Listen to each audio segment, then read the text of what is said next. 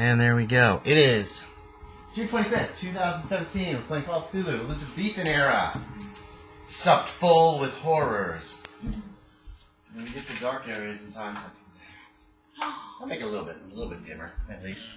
Alright, so first let's introduce our characters. We will start with Ambralyn. You don't have to. Right now you're just telling us who he is. Okay. So you can just tell, this is just general, giving us an idea what he looks like, what his job is, and anything that stands out about him. How about that? Okay.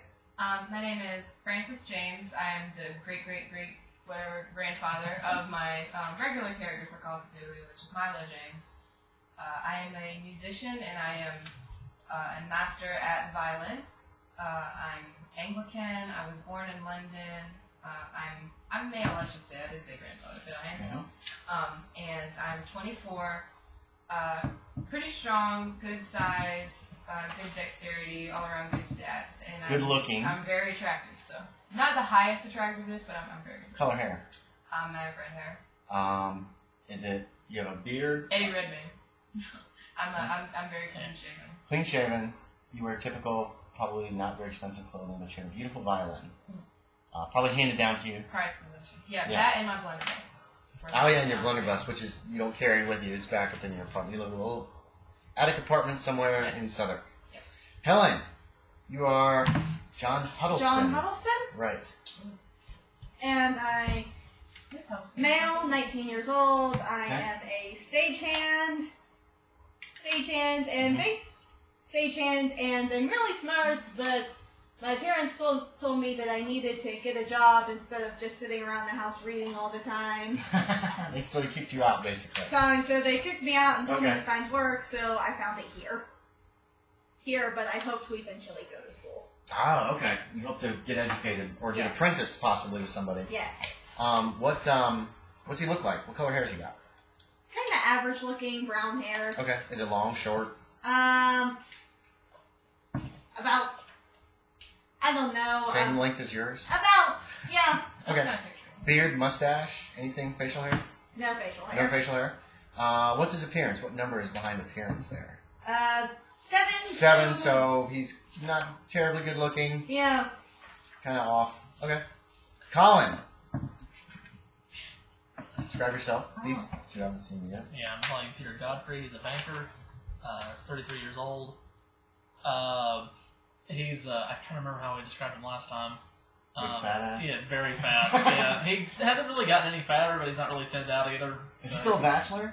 Yes. Okay. Still married to his work. Married? He's actually grown a beard out. I think last time he was kind of clean shaven. He's kind of grown a beard out. His hair on top of his head is thinning, so he's kind of like wears a hat a lot of the time to hide it. Gotcha. Floppy hat. Yeah. Nice clothes, because he's fairly Baldric well off. Baldric is still his servant. Still his servant. Unfortunately. Still as creepy as ever. Still weird. Stupid. Has a bug eye. Yeah. Okay. Ashton, Dr. Everett Whitewood. Yep. He's a physician, age 37. He has dark hair and a full beard, but it's even whiter than it was. Gotcha. He's aged a lot in the last 10 years. He's 37? Yeah. He's getting up there. Yeah. Okay. Has his loving wife, Abigail. Abigail, his plump wife. Yep. Lost 2 of his children in the plague of 1609. Rose and Tommy. How old were they? Rose was 10 and Tommy was 4. Okay. Despite going away to the countryside to try to stay away from the plague, the children somehow contracted it and died. Your oldest son lives. Edmund. He's now working as a carpenter in the country somewhere. And you said he fell in love with his master's daughter. Yep. There you go. So, and they have a kid? Yep.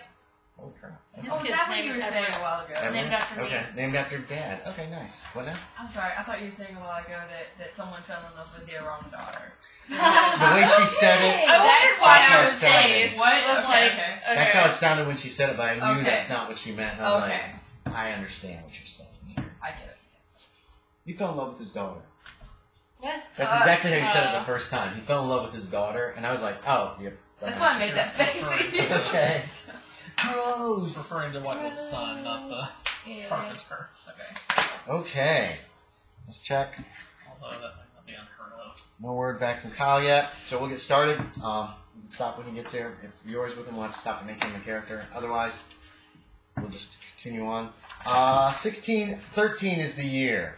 Woohoo. For you two, it's been 10 years since the attempt on Shakespeare's life at the Globe Theatre and the terrible occurrence in the Tower of London for Collin and the gunning down of the Dutchman in the Globe Theatre.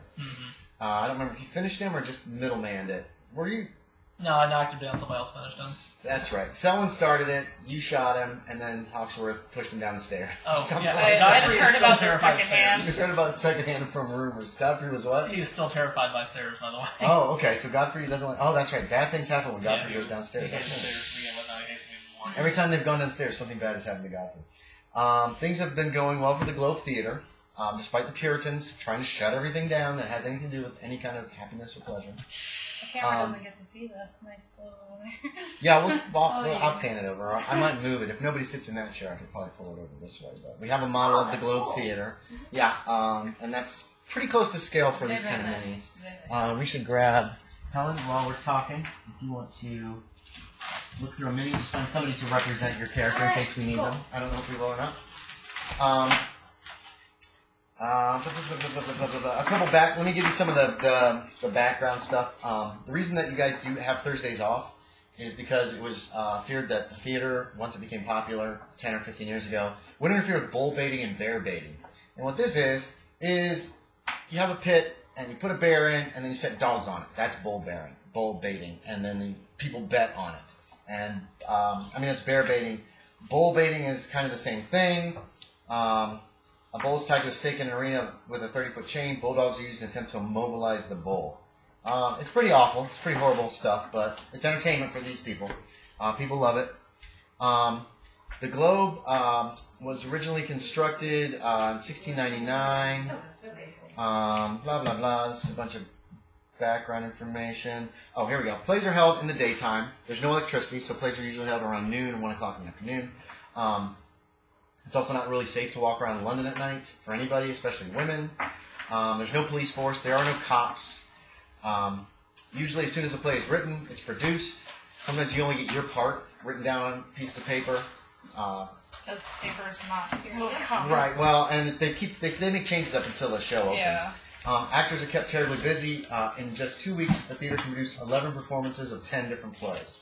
So it's a different play every night. Actors get their lines as the play is in progress. Parts are often allocated on the day of the performance. Sometimes you don't even get your own lines, or you only get your own lines, or not even your own lines, and people like cue you or prompt you from the wings. There's no actresses. Female characters are played by boys. Helen, we've noted that your guy is pretty young, so probably if there's a woman that's sitting in the background, they put a wig and a dress on you, and you go out. Or maybe you even have a few lines every once in a while. Same with your Ambralyn. You're mostly a musician, but sometimes when they need a body to fill a space when there's no music, they'll be like, stand there during this scene, and that kind of stuff. It's all just part of your job. Neither one of you gets paid very much for this work. Actors are not really well thought of in Elizabethan England. The writers are thought of more, but they're still just writers. It's the summer of 1613.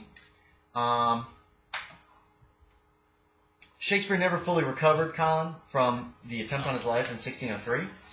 He retired to Stratford-on-Avon in 1611. He occasionally still writes plays. John Fletcher is one of the bigger playwrights at this time. He's been collaborating with Shakespeare on a new play called All Is True, which has been very popular. It's about King Henry VIII. And then just for you players, that's what the name of the play is now. Henry VIII. But back then it was called All Is True. Little has changed at the Globe Theatre. Some actors have died from the plague and that kind of thing. Others have replaced them. You guys have access, you two have access to a list of the actors and some of the workers. And here's the play schedule for the upcoming week, or for the upcoming week and a half, 2 weeks. 20 from now, Kyle should be here. So we can get started, and when he gets here, we can fill him in. Vincent Hawksworth should be added to that list of players. He is the head player right now at the Globe Theatre. He's been at the Globe for 10 years. He was at the Globe before that as a young boy. He's an excellent actor. I mean, just cutting edge. He just knows his craft. On Thursday, June 24th, 1613, this is a Thursday. It's your day off, but you're still there rehearsing. You're helping build stuff, move stuff. You're doing your rehearsal. A woman comes barging into the Globe Theater. She is there in a huff. And she is talking to all the actors. She wants answers to her questions. Where is he? Where's Mark Clancy? Do you know where he is? Where's Mark? And some of the actors are putting her off. You know Clancy Bottom. Clancy's a stagehand here. He works with you. Okay. Good-looking guy. Okay, here's his picture.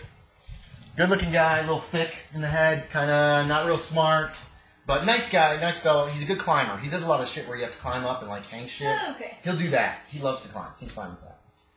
Where's Mark Clancy? I tell you, someone's going to find Mark Clancy. This woman she's kind of pretty, but she seems very agitated right now and upset. Some of the actors are trying to avoid her. She rushes over to you, Helen. She's like, you there! Do you know where Mark Clancy is? Where's Mark Clancy? The last time I saw him was, Monday. And this is Thursday. What? Well, he's not been home since Sunday. Where is he? Whenever he's not home, whenever he's off on a fling or something, he's always with you actor bunches. That's what he's always doing. He's never been gone more than a night or two at the outside. It's always his fancy acting friends from the Globe that keep him away. So you must know where he is. I'm sorry, I don't. Well, who does? Who around here does? You tell me. Take me to the man. Take me to the man. She's very obviously very upset. So, who should I take her to? All the actors are like finding other things to be doing right now.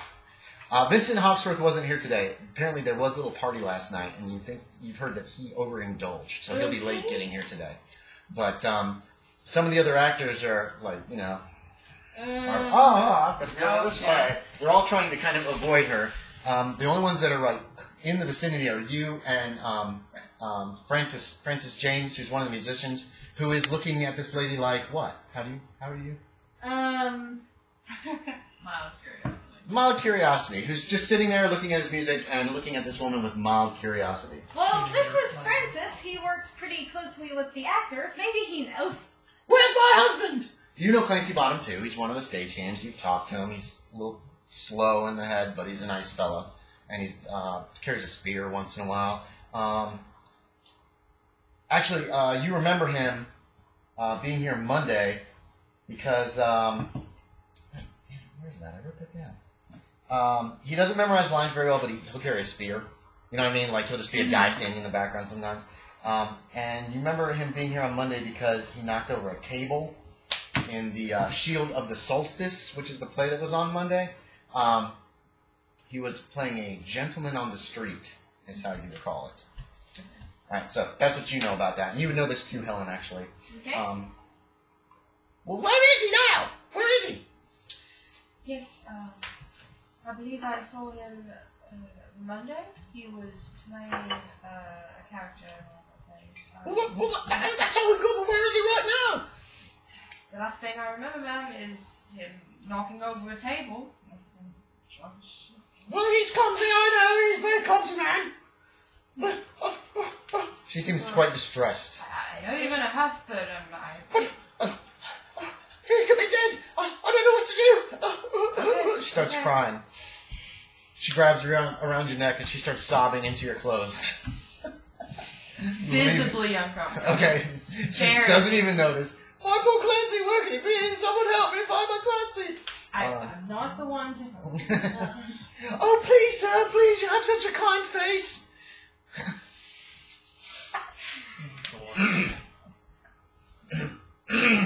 I'm just that. He's been gone for 3 days. It's not something Clancy would do. He's a good father. He's a good husband. We're not rich people. We rely on both of our jobs to get by. Ma'am, okay, I will check backstage. Okay, I will ask around. Oh, please do, please. We're never in. I just want to get away. Yeah, that's fine. We're never in. He's cheap.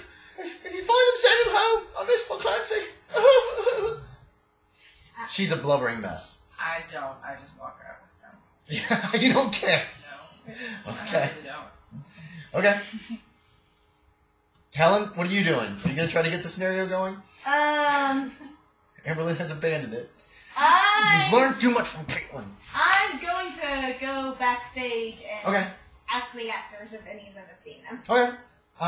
They do remember Clancy Bottom knocking over a table during a scene from The Shield of the Solstice, which didn't go over. I mean, the whole play wasn't very good. So it was like, who cares? It doesn't matter. That's the last time anybody's seen him. They figured that sometimes people just don't show up. He's been replaced as far as like working for the days. Okay. He hasn't been here since Monday. Today's Thursday. They don't know. One of the other stagehands, Richard Unton, knows that he lives over in Eastcheap. That's where he and his wife live. Okay. They have a couple kids. Okay. He knows that they have trouble getting by. That their family's pretty poor. Okay. Ashton and Ambralyn, you can overhear this conversation too. Okay. Other actors are going back to work. Running lines, that kind of thing.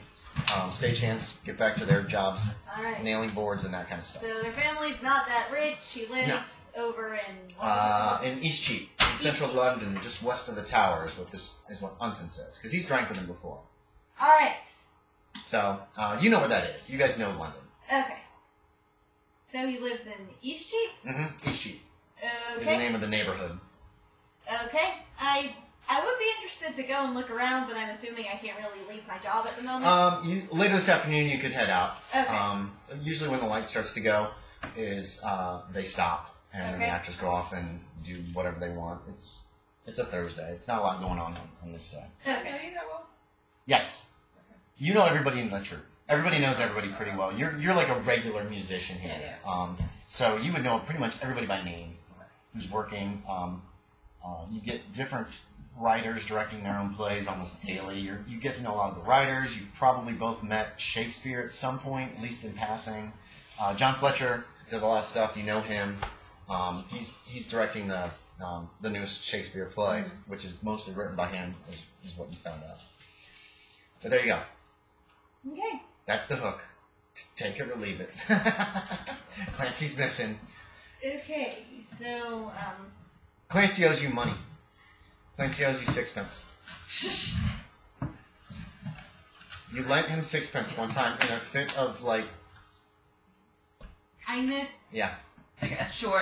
He was blubbering on me, and I wanted to get him off. He's probably blubbering on you. He's not really a blubberer. Blubberer. Sure. He's probably not really a blubberer, but he was really he needed just 6pence, and he said he would pay you back in a week, and that was a week ago. To me, it was. So. Well, yeah, okay. So he owes you 6pence. So if you never find him, that money's gone. I'll drag your ass into this adventure. Well. Okay, I go back to you. I mean, I think we should look for him. He seems like a really nice guy. Or you said you went backstage. Yes. Yeah, you guys can go anywhere in the theater you want. You pretty much own the theater as far as like going places. Well, just have been here for 6 months. So we have no choice at this point. You have a choice. You can kiss that 6pence goodbye. Claire's at the G. You want that money back, don't you? Awesome. Oh, yes. Well then, did the woman tell you anything?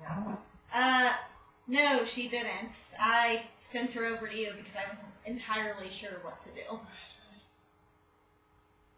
Okay, well, do I know where he lives? Or where she lives? Yeah, you know where Eastcheap is, and you overheard them talking, and you've probably overheard John talking to some of the people backstage, and word's going around, it's like, is Clancy missing? People are talking about it, like a rumor's like zipping around the theater right now. Is Clancy's missing? Didn't he owe somebody money? What? Is he skipping out? 6pence is quite a bit of cash right now. Who would Clancy's best friends would have been? There's Dennis Isley, who works backstage. He's one of the stagehands. He knew him, obviously. All the stagehands know each other real well, including you. You're the fifth. There's like 4 others listed here. Edward Unton, Clancy, Dennis Isley, and Richard Stewart. And I think you've got listed what kind of their specialties are. Anton is a tire man. He helps with like changing actors' costumes. He's very ugly. I mean, just he's got terrible teeth. You know what I mean? Yeah. Like awful teeth, and he's just his face looks like it's been punched numerous times. Okay. He's also in charge of firing like they use explosives for like cannon fire. They have a rig that goes outside and they'll fire it off, or cannons are firing in the background. But he's in charge of that. Dennis Isley is an excellent carpenter, but he's kind of greasy. He's got blonde hair, and a little beard. He's kind of like a greasy little guy. Clancy Bottom, very good looking guy, but cannot fucking remember lines. Otherwise, he'd probably be an actor. Good climber, good looking. Richard Stewart is a budding actor, so he's doing a lot of little parts right now. Yeah. But he's got kind of a spark, and they're trying to get him to come into the acting side of things. And then there's you, and then John Huddleston, and then John Huddleston, and you work backstage too. Yes. And so everybody, you all know Clancy pretty well, and you are surprised he's usually really punctual. So there's those other three guys that know him. If you want to talk to them too. Guys, other stagehands. That's the first one. That's Did Unton. Well, what's the matter? What's going on? I think he's Welsh. You can't tell. He hardly can understand what he says. Unton, did you do anything with Clancy Monday night after the show? No, I haven't seen Clancy. He knocked over that table. He was very embarrassed by it. But then, no, I thought he went home. He knocked over that table. Right, that table. Remember in scene 3 Yes. of that Shield of the Solstice disaster? He knocked that table over. Nobody even noticed. That's how bad the play is. Right. But I remember it. Okay, so, would the table still be there? Yeah. It's just one of the tables that's used for. It was like a dining room. It was like a dining scene. So there was a table covered with stuff, and so other stagehands and actors were picking up stuff after he picked it up, after he knocked it over. Okay. So it's just like a normal table. There's nothing particularly special about it. It's just a cheap table that has wobbly legs. Okay, cheap table with wobbly legs, and that's Unton. Wait, let me see. Unton's. Yeah, you can look at that. That's what it's there for. Yeah, that's Unton. He's the gun guy from the back, and remember, crushed face. Somebody's punched him he got dropped way too many times as a child. Most of those on purpose. Hey, you guys! Yeah. No, he's just ugly as hell. I feel like my characters. I feel like John's probably missing a couple teeth, and that he has dark circles around his eyes because he stays up late reading all the time. Okay. They slap a dress on him, they put him in the back when they want him to act. Because he's that young-looking kid, right? Yeah. Mm-hmm. Isley. And he's clean-shaven. You've probably had to put a dress on a few times, too.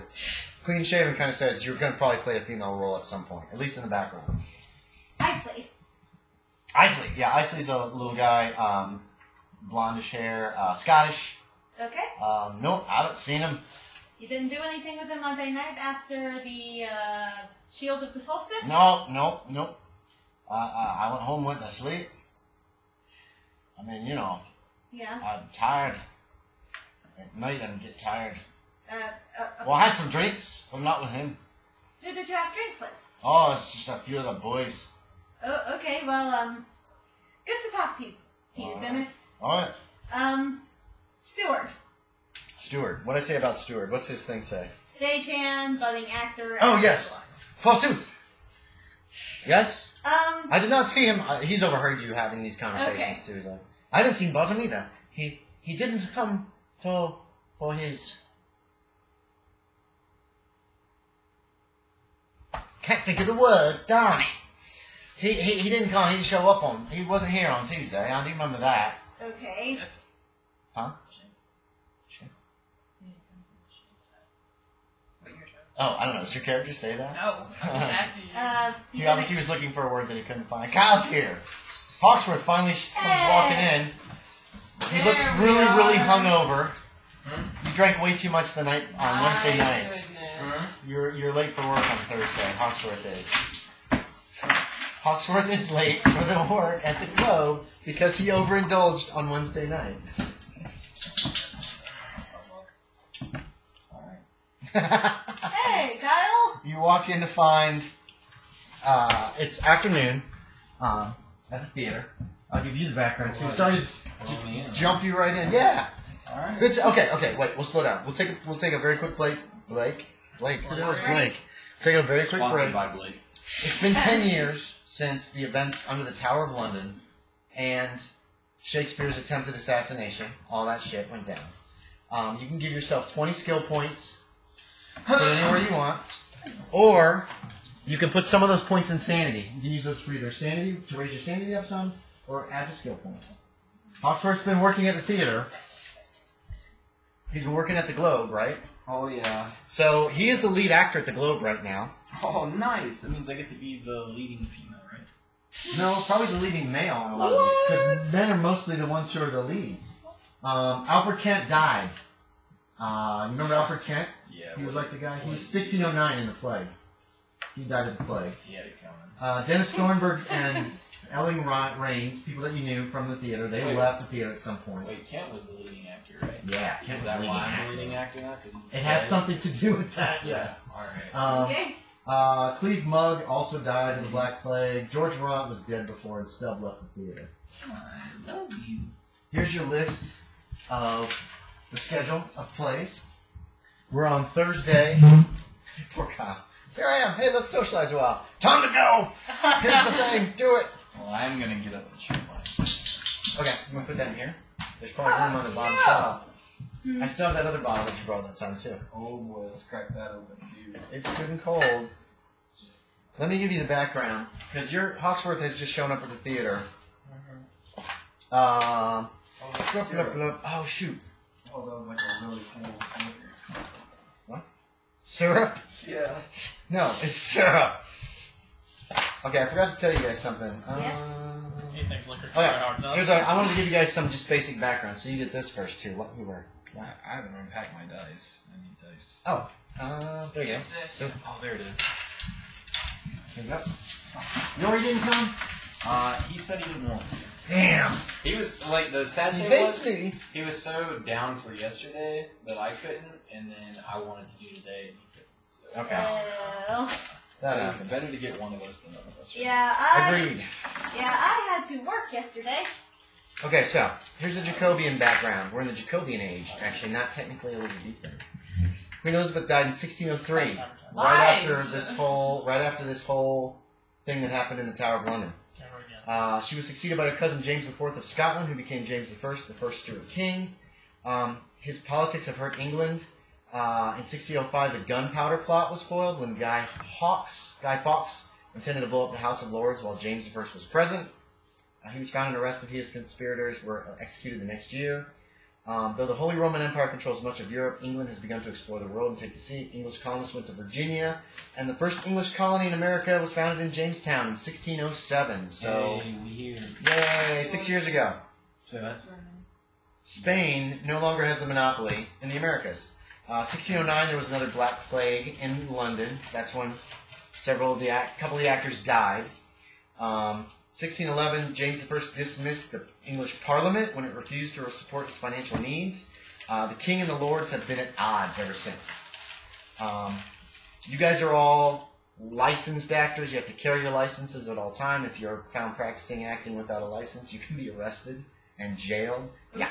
There was a law passed in 1572 that grants a license by royal patent to organized acting companies in an effort to control troops of strolling players because they were thieves and robbers, and they would come through and they would do plays and then rob everybody and that kind of shit.